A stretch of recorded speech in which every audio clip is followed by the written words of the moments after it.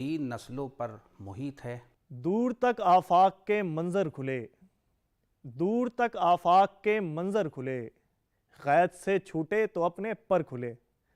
आइए नाजरीन, इस फ़लसफ़ियाना कलाम को मौसीकी की धुनों पे सुनते हैं, जिसको ख़ास तौर से आपके लिए सजाया है डीडी उर्दू ने, और महजूज होते हैं।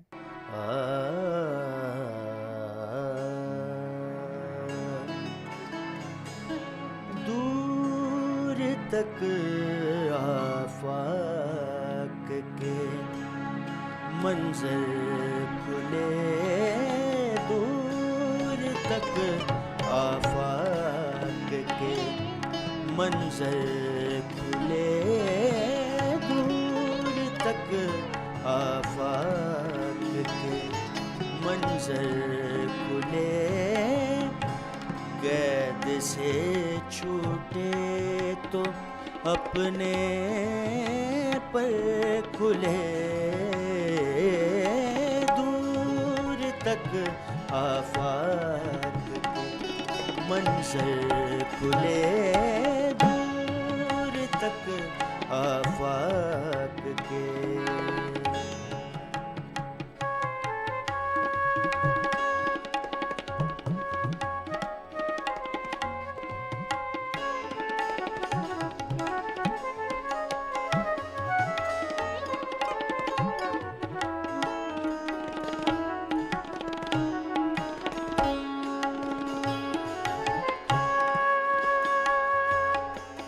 अब ये सोचा है कि इस दीवार पे, अब ये सोचा है कि इस दीवार पे सर जो टकराऊं तो शायद दर खुले, सर जो टकराऊं तो शायद दर खुले, दूर तक आफाक के मंजर खुले।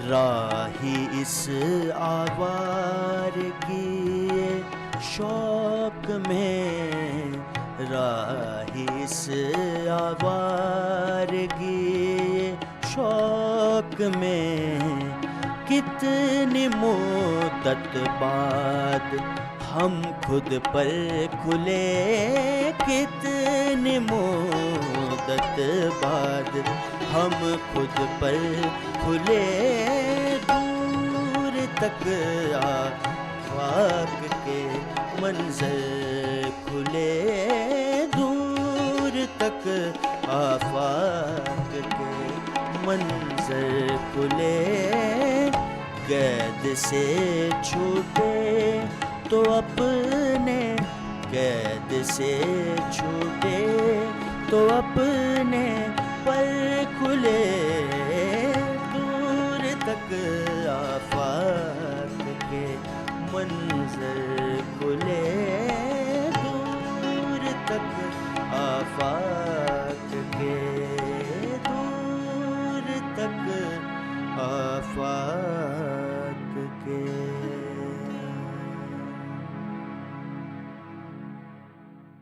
दिल की बस्ती अजीब बस्ती है, लुट गई और हमें ख़बर न हुई। नाजरीन, जब हम डॉक्टर अकमल राही की शायरी का मुताला करते हैं या उनकी नज़मों और गज़लों पे बात करते हैं, तो हमें पता लगता है कि उनकी शायरी में सियासी और समाजी पहलू अपनी खुसूसियात के साथ नज़र आते हैं। वो किसी भी बात को सरसरी नहीं कहते, बल्कि जो बात कहते हैं उसको पूरी जिम्मेदारी के साथ कहते हैं। उनके यहाँ शायरी में तहरीक तरक्की पसंद तहरीक के करीब नज़र आती है। वो ज़माने के मसाइल और ज़माने की खूबियों को अपनी शायरी में बखूबी बरतते हुए नज़र आते हैं। उनका एक बात करने का जो एक तरीक़ा था और शेर कहने का तरीक़ा और ज़बान में जो उनकी एक, जिसे कहिए कि एक रवानी थी, वो उनकी शख्सियत का ख़ासा इसलिए थी कि उनके रगो पे में शायरी दौड़ती थी। बात करते वक्त जब भी उनसे कभी बात करते थे, मैं उनके आखिरी अय्याम में भी उनसे मिलने गया, तो शख्सियत उसी तरीक़े से, उनकी खुश उसलूब, वही मेहमान नवाजी, वही बातें जो वो अपने बहुत अच्छे ज़माने में, यानी जब उनकी तबीयत जो है उस तरह से ख़राब नहीं थी, जैसे अपनी महफ़िलों में अपने मतब पर बैठ कर करते थे वो, जैसे कि वो अपने काम से यानी पेशे से हकीम थे, हिकमत भी करते थे, डॉक्टर थे, तो नब्ज़ पकड़ कर बात करते थे, यानी नब्बाज़, यानी अपने अहद की नब्ज़ पकड़ कर भी बात करते थे और अपने पास बैठने वाले की नब्ज़ पकड़ कर भी उसके मिजाज के मुताबिक गुफ्तगू करते थे, जो उनकी शख्सियत का बड़ा ख़ासा है, जो बहुत कम लोगों में ये बात महसूस होती है कि वो लोगों को देखकर बात करें, वरना लोग तो अपने हिसाब से बात कर देते हैं, जो जिसके लायक नहीं होता उससे वो बात भी कर दी जाती है। लेकिन एक चूँकि उनकी समाजी शख्सियत भी थी, वो एक मतलब जो एक समाजी कारकुन भी थे, तो जब वो अपनी समाज पर, अपने अतराफ़ पर गुफ्तगू करते थे, तो महसूस ये होता था कि वाकई एक हकीम बमानी, यानी एक हिकमत वाला आदमी, जो हिकमत वाला आदमी बात करता है किसी चीज़ पर, किसी मौजू पर, किसी मफ़हूम पर, किसी मज़मून पर, तो उसका अपनी इनफरादियत होती है। और उनके यहाँ पर जो शायरी की खूबियाँ थीं, उसमें तो ज़बान की सलासत बहुत एक अहम जुज़ था उनका। गुफ्तगू करते वक्त कभी भी ये महसूस नहीं होता था कि ये कौन सा शेर सुना देंगे, किस तरह का शेर सुना देंगे, और जो ज़बान थी उनके यहाँ, उसको, उसका रचाओ बसाओ, जो अल्फाज की बुनत थी, वो बदरजा अतम उनके यहाँ मौजूद थी और बहुस्न तरीक़ हर बात को कहने का सलीक़ा रखते थे। लाख दीवार उठाएं ये ज़माने वाले, लाख दीवार उठाएं ये ज़माने वाले, कहीं रुकते हैं तेरी बज़्म में आने वाले। आइए नाज़रीन, इस शोखी भरे कलाम को मौसीकी की धुनों पे सुनते हैं और लुत्फ़ अंदोज़ होते हैं।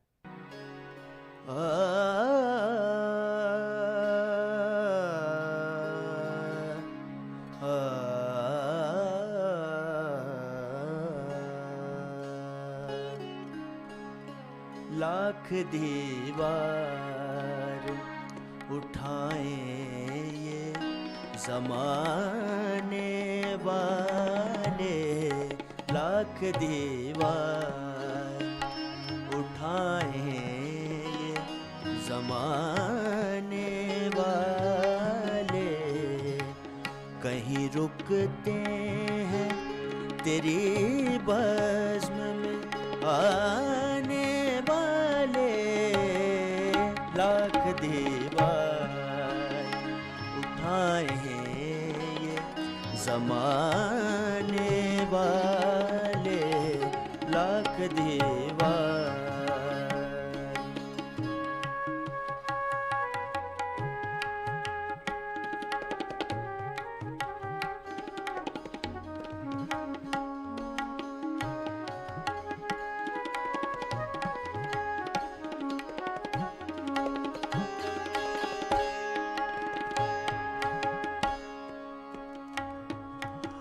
मुंतज़िर रहना तो आदत है हमारी, लेकिन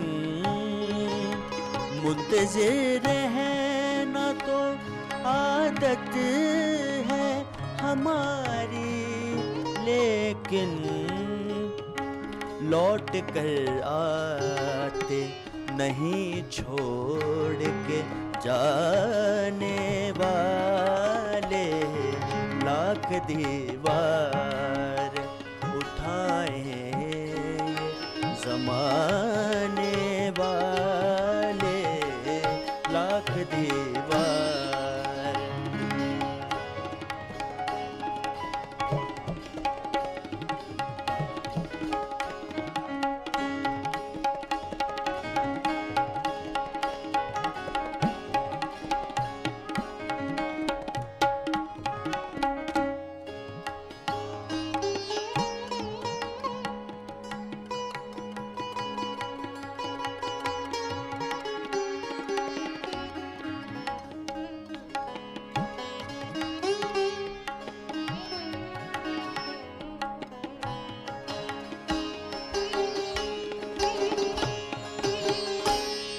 जब भी आ जाएंगे इंसाफ की ज़द पे राही, जब भी आ जाएंगे इंसाफ की ज़द पे राही, जब भी आ जाएंगे इंसाफ की ज़द पे राही, आप मिट जाएंगे औरों को मिटाने वाले, आप मिट जाएंगे औरों को मिटाने वाले लाख दीवार उठाए ये ज़माने वाले, कहीं रुकते हैं तेरी बज़्म में आने वाले लाख दीवार उठाए ये ज़माने वाले लाख दीवार, लाख दीवार, लाख दीवार।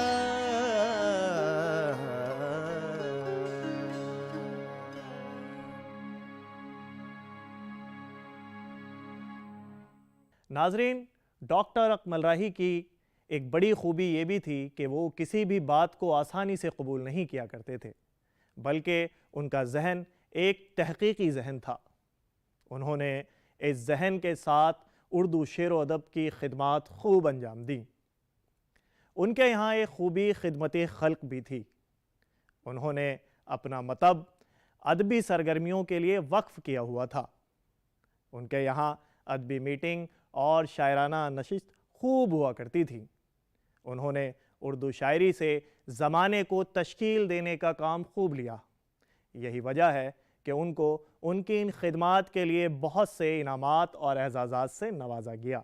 अकमल के जो लफ्ज़ी मानी हैं, अगर हम उनके नाम में जो 4 हरूफ हैं, उनको चारों हरूफ को अगर देखें तो उससे जो मानी निकलेंगे अलग अलग हरूफ पे, कहीं मशाकियत मीम है तो मशाकियत निकलेगी, कहीं पर काफ है तो कमाल निकलेगा, कहीं पर अलिफ है तो अतम निकलेगा, कहीं पर लाम है तो उनके लायक होने का जो सबूत है। हमारे दरमियान ज़ाहिर है कि आज वो नहीं है, मगर उनकी ये तमाम तर खूबियाँ, जिस तरीके से किसी ज़माने में एक बात कही गई थी कि भाई 5 अनासिर जो इंसान की शख्सियत को बनाते हैं, वही उस तरह के 4 अनासिर जनाब अकमल की शख्सियत में भी मौजूद थे। जब वो 4 अनासिर इकट्ठे हुए तो वो एक बड़ी खूबसूरत शख्सियत ज़ुहूर पज़ीर हुई, जिसे हम जनाब अकमल राही के नाम से जानते हैं। अकमल साहब का ये हुस्न बयान, ये उनकी शख्सियत, ये उनकी गुफ्तगू ज़ाहिर है कि हमारे शेरी अदब का एक बहुत बड़ा हिस्सा और हमारा सरमाया है।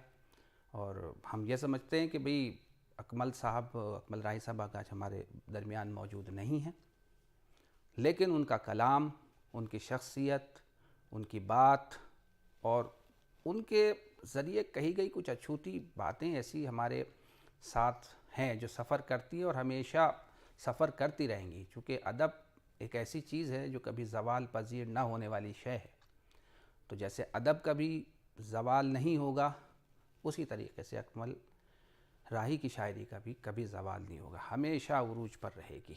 और मैं तो यही कहूँगा कि सभी लोग जो अकमल राही साहब के साथ रहे हैं, अकमल राही को जिन्होंने देखा है, वो सब उनकी शायरी को खूब तरसील करें, खूब उसका ज़ाहिर है कि मुतालिया करें और बताएं कि हमारे दौर में कैसे कैसे अबकरी लोग, कैसे कैसे जय्यद लोग हमारे दरमियान रहे हैं। अब वो बज़ात ख़ुद न हों, लेकिन उनका कलाम, उनकी एक, जिसे कहिए कि उनकी एक पूरी तरीक़े से नुमाइंदगी करता है, और वो नुमाइंदगी उस अहद की करता है जिसमें अकमल राही साहब मौजूद थे।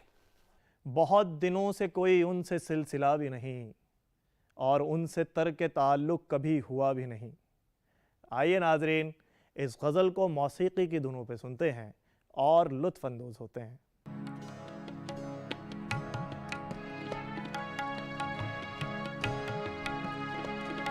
उसे भी दामन दिल में सजा लिया मैंने, उसे भी दामन दिल में सजा लिया मैंने। वो अश्क जो तेरी आँख से बहा भी नहीं,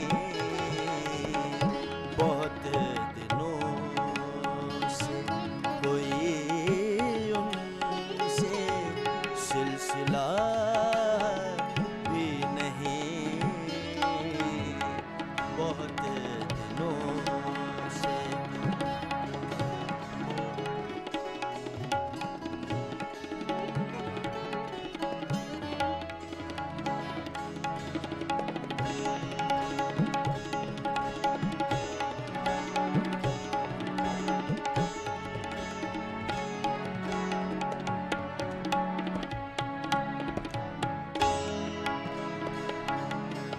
एक फसाना,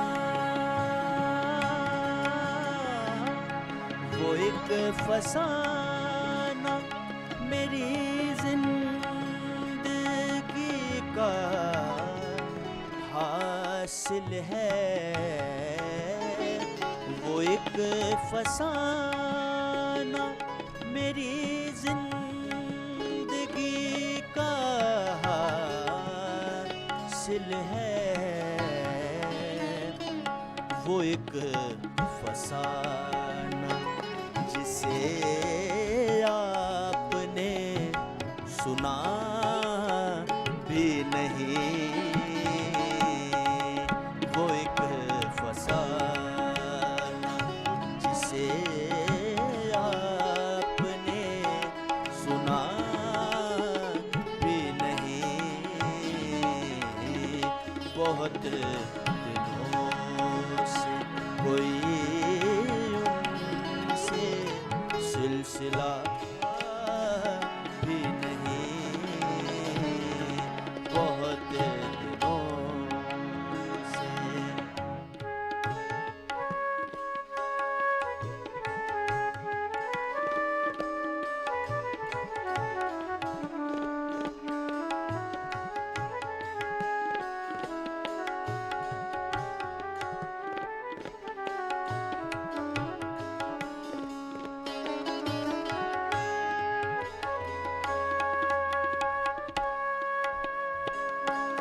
अजीब कैफियत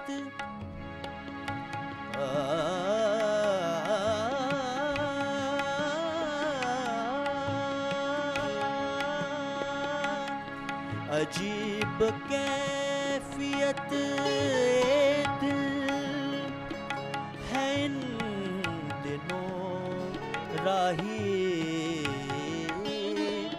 अजीब कैफियत दिल है इन दिनों राही। चिराग दिल का जला भी नहीं। बुझा भी नहीं, चराग दिल का जला भी नहीं, बुझा भी नहीं। बहुत दिनों से कोई उनसे सिलसिला भी नहीं, और उनसे तर्क तकल्लुफ़ कभी हुआ भी नहीं। बहुत दिनों से, बहुत दिनों से, बहुत दिनों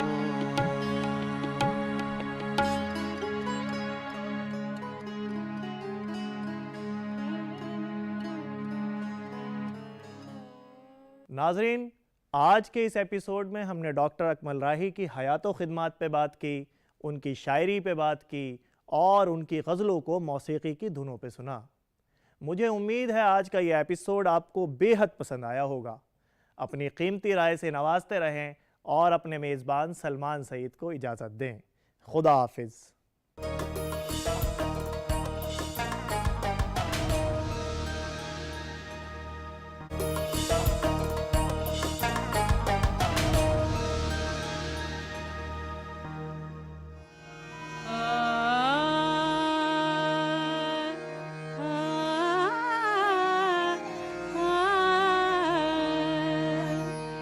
सब कहाँ कुछ लालो गुल में नुमाया हो गई। नाज़रीन आदाब, डीडी उर्दू के ख़ास प्रोग्राम शेर व सुखन में आपका इस्तकबाल है। मैं हूं आपका मेज़बान सलमान सईद। शेर व सुखन ने उर्दू शेर व अदब के गुलिस्तान से एक ऐसे गुल का इंतखाब किया है जिसकी खुशबू से नई नस्ल मुअत्तर हो रही है। ये नाम है असद बदायूनी का। आज के इस एपिसोड में हम असद बदायूनी की हयात व खिदमात पे बात करेंगे और उनके कलाम को मौसीकी की धुनों पे सुनेंगे। नाजरीन, असद बदायूनी का असल नाम असद अहमद था और उनकी पैदाइश हिंदुस्तान के मारूफ शहर बदायूं के कस्बे सहसवान में हुई। उनकी इब्तिदाई तालीम बदायूं से हुई और आला तालीम के लिए उन्होंने अलीगढ़ मुस्लिम यूनिवर्सिटी का रुख किया। वो अलीगढ़ मुस्लिम यूनिवर्सिटी के सर सैयद हॉल में रहते थे। वहाँ की इल्मी और अदबी महफिलों में शरीक रहते और उन्होंने धीरे धीरे अपने अदबी पाँव वहाँ जमाने शुरू कर दिए। फिर अलीगढ़ मुस्लिम यूनिवर्सिटी से ही पीएचडी की और अलीगढ़ से ही मुंसलिक हो गए। आइए नाजरीन, मज़ीद जानकारी के लिए एक्सपर्ट को सुनते हैं। असद बदायूनी का असल नाम असद अहमद था। 25 फरवरी 1958 को बदायूं के कस्बा सहसवान में उनकी पैदाइश हुई और 5 मार्च 2003 को अलीगढ़ में उनका इंतकाल हो गया। असद बदायूनी तकरीबन 43 साल की उम्र उन्होंने पाई। वो बदायूं जो कि इल्म व अदब का गहवारा है, वहाँ उनकी पैदाइश हुई। असद साहब बचपन ही से बहुत ज़हीन वाक़े हुए थे और चूँकि वो एक मुतमव्विल ख़ानदान से उनका ताल्लुक़ था, ज़मींदार ख़ानदान से उनका ताल्लुक़ था। हाजी मोहम्मद अहमद ख़ां उनके वालिद मोहतरम थे। दादा हाजी अब्दुल रज़ाक़ उनके बदायूं के बिलखुसूस कस्बा सहसवान के बहुत ही मुतमव्विल इंसान थे। चौधरी सराय में उनकी दुकानें और बदायूं में भट्टे का कारोबार और मजरूआ बहुत सारी ज़मीनें थीं। उनकी वालदा हुस्ना बेगम और उनके नाना जाहिद हुसैन और उनकी नानी नूरजहाँ, इन्हीं के आसपास असद बदायूनी की उसी कब्र में नानी के बाजू में इनकी तदफीन हुई। असद बदायूनी जैसा कि मैंने अर्ज़ किया कि शुरू से ही बहुत ही ज़हीन थे। लाला लाजपत राय में 6ठी क्लास में उनका दाखिला उनके वालिद साहब ने करवाया। उससे कबल जो एक कदीम तालीम का रिवायती सिलसिला था कि घर पे मौलवी साहब को बुलाकर उनकी जो दीनी तालीम, दुनियावी तालीम और अदबी तालीम, अरबी और फ़ारसी की तालीम मौलवी साहब ने उनको घर पे दिया। घर की तालीम से वो इस कदर बालिग़ नज़र हो गए कि बहुत ही पुख्ता ज़हन और अदबी ज़ौक़ उसी वक्त उनका परवान चढ़ने लगा। Lala Lajpat Rai junior high school में 6ठी क्लास में उनका दाखिला हुआ। उनके दोस्तों में कई लोग हैं, लेकिन एक अदबी नाम खालिद बदायूनी का है जो आज भी हयात से हैं। सुखनवरी का बहाना बनाता रहता हूँ, सुखनवरी का बहाना बनाता रहता हूँ, तेरा फसाना तुझी को सुनाता रहता हूँ। आइए नाजरीन, इस खूबसूरत गज़ल को मौसीकी की धुनों पे सुनते हैं, जिसको ख़ास तौर से डीडी उर्दू ने आपके लिए सजाया है और महजूज होते हैं। सुखनवरी का बहाना बनाता रहता हूँ, सुखनवरी का बहाना बनाता रहता हूँ, तेरा फसाना तुझी को सुनाता रहता हूँ, तेरा फसाना तुझी को सुनाता रहता हूँ, सुखनवरी का बहाना बनाता रहता हूँ।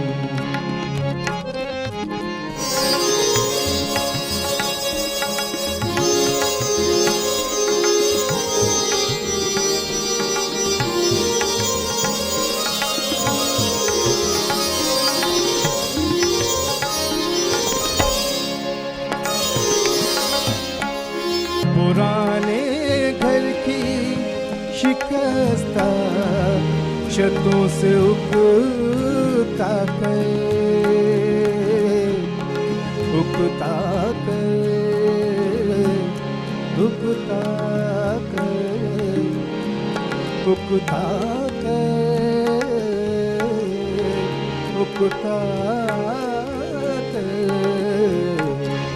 पुराने घर की शिकस्ता छतों से उगता है, नए मकान का नक्शा बनाता रहता हूँ, नए मकान, नए मकान, नए मकान, नए मकान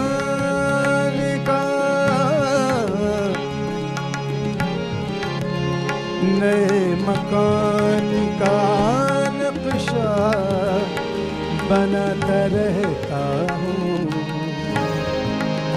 सुखनवरी का बहाना बनाता रहता हूँ।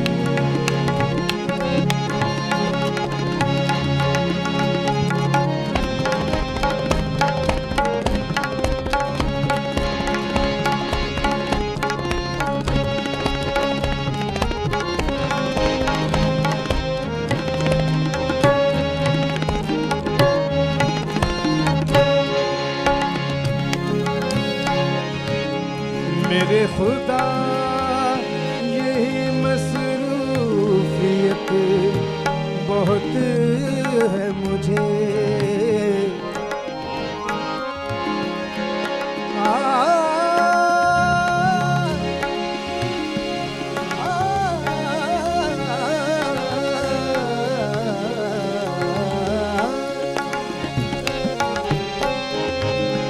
मेरे खुदा यही मसरूफियत बहुत है मुझे,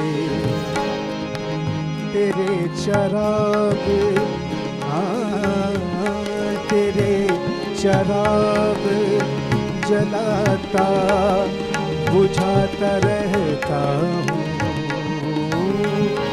तेरे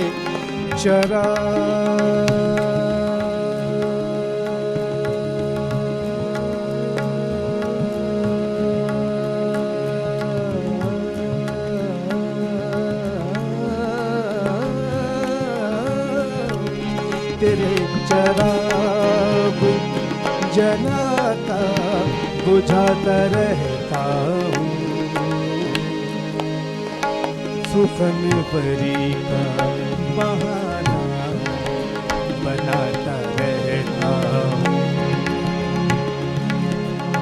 सुखन परी का बहाना बनाता रहता हूँ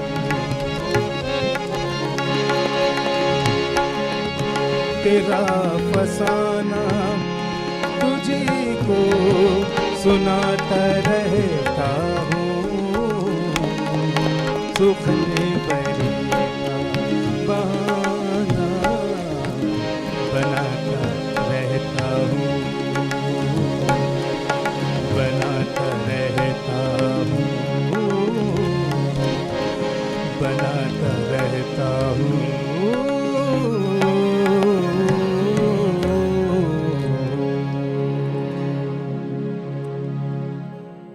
ये लोग ख्वाब बहुत करबला के देखते हैं, ये लोग ख्वाब बहुत करबला के देखते हैं, मगर गनीम को गर्दन झुका के देखते हैं। नाजरीन, असद बदायूनी का शुमार ना कि सिर्फ बदायूं बल्कि हिंदुस्तान के उन चंद शौरा में किया जाता है जिनके यहाँ नई और पुरानी हकीकतें मिलकर एक नई मानवियत पैदा करती हैं। उनके यहाँ रिवायत का और जिद्दत का हसीन इम्तजाज मिलता है। वो नए नए मज़ामीन पैदा करते हैं और उनमें नए नए इस्तियारों से काम लेते हैं। ख़ास तौर से उनके यहाँ करबलाई इस्तियारे जो मिलते हैं वो बेहद हसीन हैं, बहुत खूबसूरत तरीन हैं और यही वजह है कि उनकी शायरी दूसरों से मुनफरिद नज़र आती है। उनके अहबाब जो अभी हयात से हैं वो बताते हैं कि असद बदायूनी इतने बालिग़ नज़र हो गए थे कि शेर कहते थे, न सिर्फ शेर कहते थे बल्कि अहम अहम रसाइल में वो शाया भी होते थे, बल्कि अपने दोस्तों को आमादा करते थे कि वो भी अदब की जानिब और शेर व सुखन की जानिब आमादा हों, वो शायरी करें और जो लोग कर रहे थे तो उनकी वो हेल्प भी करते थे। शमा जैसे रिसाले में वो उस वक्त छपने लगे थे जब वो मुश्किल से 7वीं या 8वीं क्लास में रहे होंगे। इसी तरह एक रिसाला कानपुर से निकलता था तहरीक, उस वक्त वो शाया हो रहे थे। फिर साहबानुल हिंद एक रिसाला था, उसमें भी। तो उस वक्त ख़ास बात यह है कि जब उससे कुछ पैसे, उस वक्त जब कुछ पैसे उससे आते थे, कुछ रुपए आते थे, तो उनके अहबाब के बकौल कि वो अपने दोस्तों में जश्न मनाते थे, खुशी मनाते थे और ज़िक्र करते थे कि आज हमारी ये गज़ल, हमारी ये तख्लीक़ शमा में या साहबानुल हिंद में या तहरीक में शाया हुई है। तो काफ़ी मोटिवेशनल शख्सियत थे असद बदायूनी की और दोस्तों को तहरीक देते थे, आमादा करते थे कि वो उनमें शाया हों और लिखने पढ़ने का फरीज़ा अंजाम दें, लिखते पढ़ते रहें। उसी वक्त उन्होंने बहुत मुख्तसर शेरी मजमुआ गुले रंगी के नाम से उन्होंने शाया करवाया था, जो कुल तकरीबन 12-13 सफ़हात पर मुश्तमिल है। वो आज भी वो कुछ लोगों के पास है, जिसका ज़िक्र कहीं किसी किताब में नहीं मिलता। लेकिन कहने का मकसद यह है कि असद बदायूनी बचपन ही से इस कदर ज़हीन थे, अल्लाह ने उन्हें ज़हानत दी थी, फ़ितानत दी थी कि वो शुरू से ही, जब मौलवी साहब तालीम दे रहे थे, फिर Lala Lajpat Rai junior high school में दाखिला हुआ, उस वक्त फिर सिद्दीक़ इस्लामिया इंटर कॉलेज में उनका दाखिला हुआ। उसी वक्त से उन्होंने अदबी सरगर्मियाँ शुरू कर दी थी। जिसे ना मेरी उदासी का कुछ ख्याल आया, जिसे ना मेरी उदासी का कुछ ख्याल आया, मैं उसके हुस्न पे एक दिन खाक डाल आया। नाजरीन, आइए इस खूबसूरत मज़मून को, इस खूबसूरत गज़ल को मौसीकी की धुनों पे सुनते हैं और लुत्फ़ अंदोज़ होते हैं।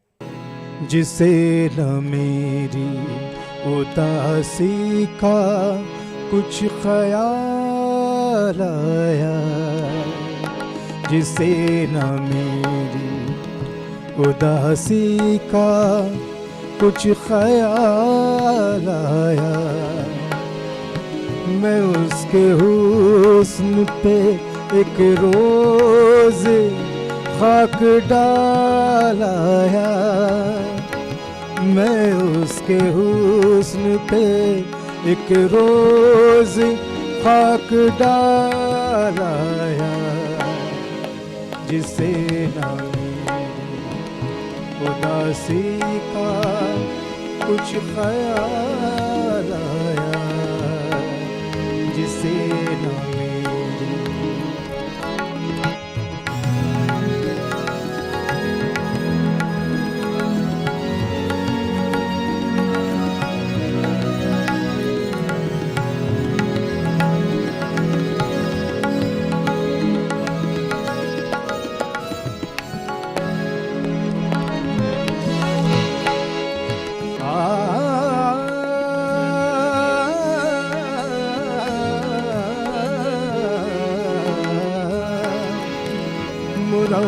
मुरव्वतों के समरदार होने लगे,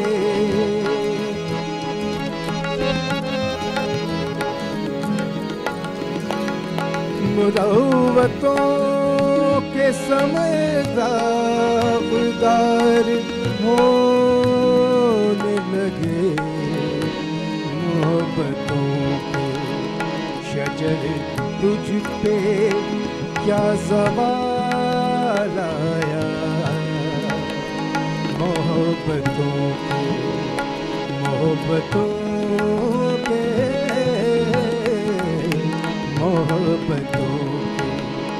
शजर तुझ पे क्या ज़वाल आया, मैं उसके हुस्न पे एक रोज़ खाक डाल आया, मैं उसके हुस्न पे एक रोज़ खाक डाल आया, जिसे ना उदासी का कुछ ख्याल आया।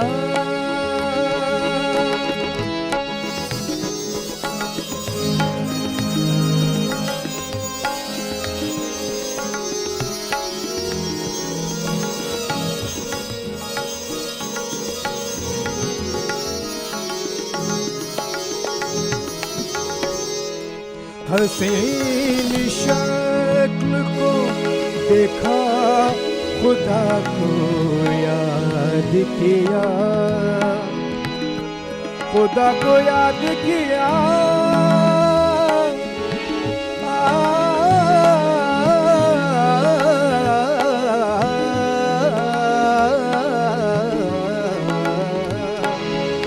हसीन शक्ल को देखा,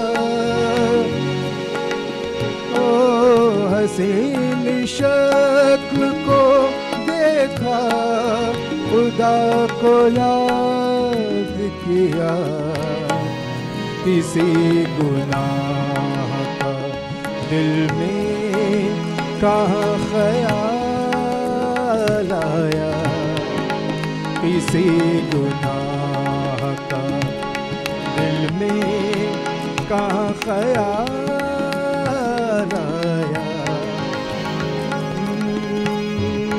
मैं उसके हुस्न पे एक रोज़ खाक डाल आया, मैं उसके हुस्न पे एक रोज खाक डालाया, जिसे ना उदासी का कुछ ख्याल आया, जिसे ना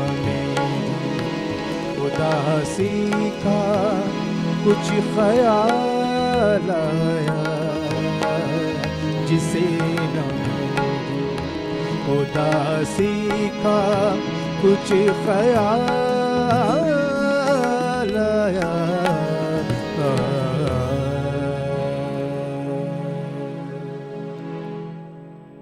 सब एक चिराग के परवाने होना चाहते हैं, सब एक चिराग के परवाने होना चाहते हैं, अजीब लोग हैं दीवाने होना चाहते हैं।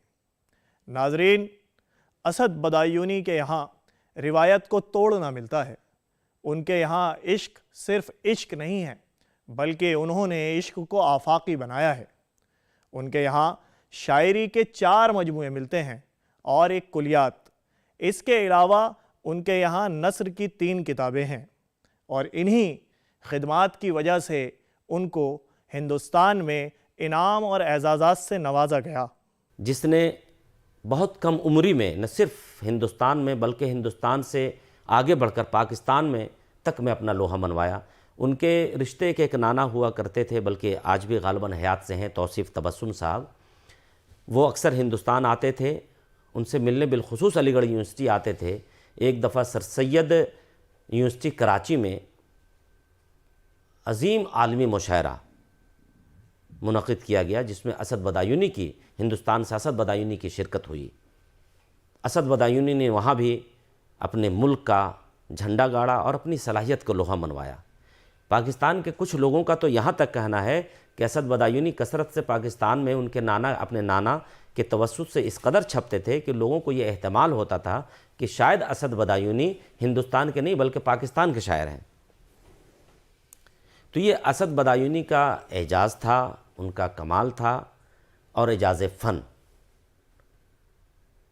मुझे अंदाज़ा है कि आप इनके कलाम से और मुख्तसर गुफ्तगू से अंदाज़ा कर लिया होगा आपने कि असद बदायूनी किस लेवल का और किस मेयार का शायर था।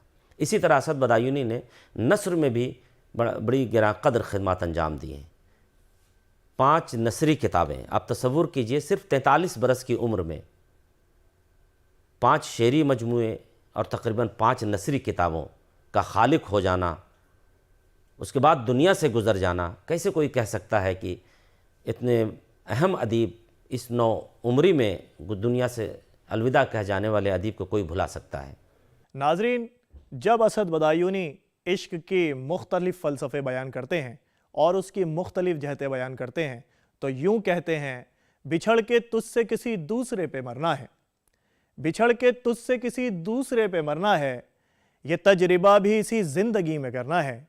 आइए नाजरीन, इस खूबसूरत गज़ल को मौसीकी की धुनों पे सुनते हैं और लुत्फ़ अंदोज़ होते हैं। बिछड़ के तुझसे किसी दूसरे पे मरना है, बिछड़ के तुझसे किसी दूसरे पे मरना है, ये तजुर्बा भी इसी ज़िंदगी में करना है, ये तजुर्बा भी इसी ज़िंदगी में करना है, बिछड़ के तुझसे किसी दूसरे पे मरना है।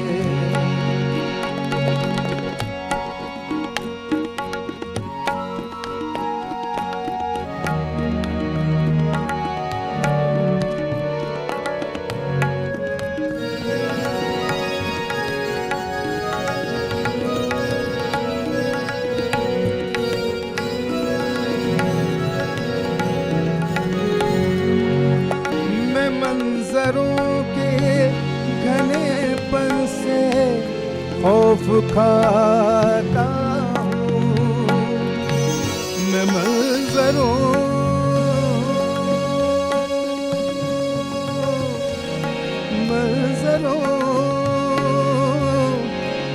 मंजरों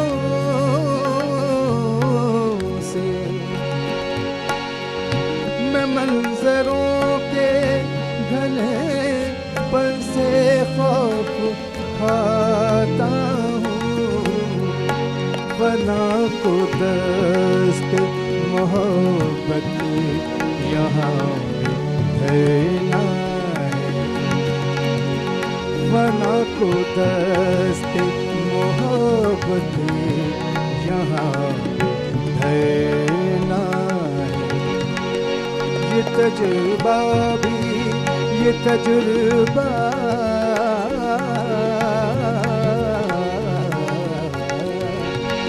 ये तजुर्बा भी इसी जिंदगी में करना है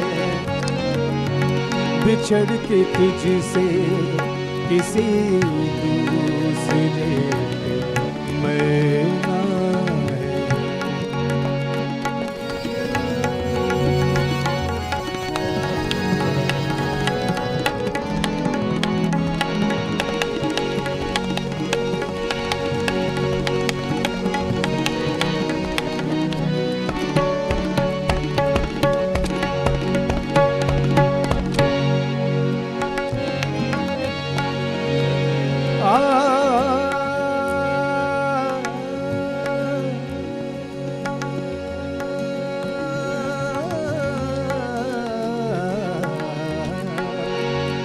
तलाश रिस्क में दरिया के पंछियों की तरह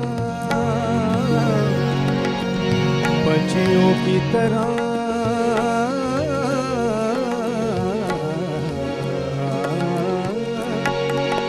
तलाश रिस्क में दरिया के पंछियों की तरह तमाम उम्र मुझे डूबते उभरना है तमाम उम्र मुझे डूबते उभरना है ये तजुर्बा भी ये तजुर्बा भी ये तजुर्बा भी इसी जिंदगी में करना है बिछड़ के तुझसे किसी दूसरे पे मरना है बिछड़ के तुझसे किसी दूसरे पे मरना है बिछड़ के तुझसे किसी दूसरे पे मरना है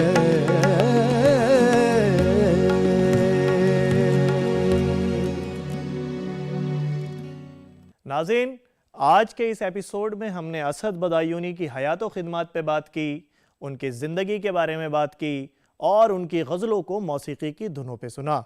मुझे उम्मीद है आपको आज का ये एपिसोड बेहद पसंद आया होगा। अपनी कीमती राय से नवाजते रहें और अपने मेज़बान सलमान सईद को इजाज़त दें। खुदा हाफिज़।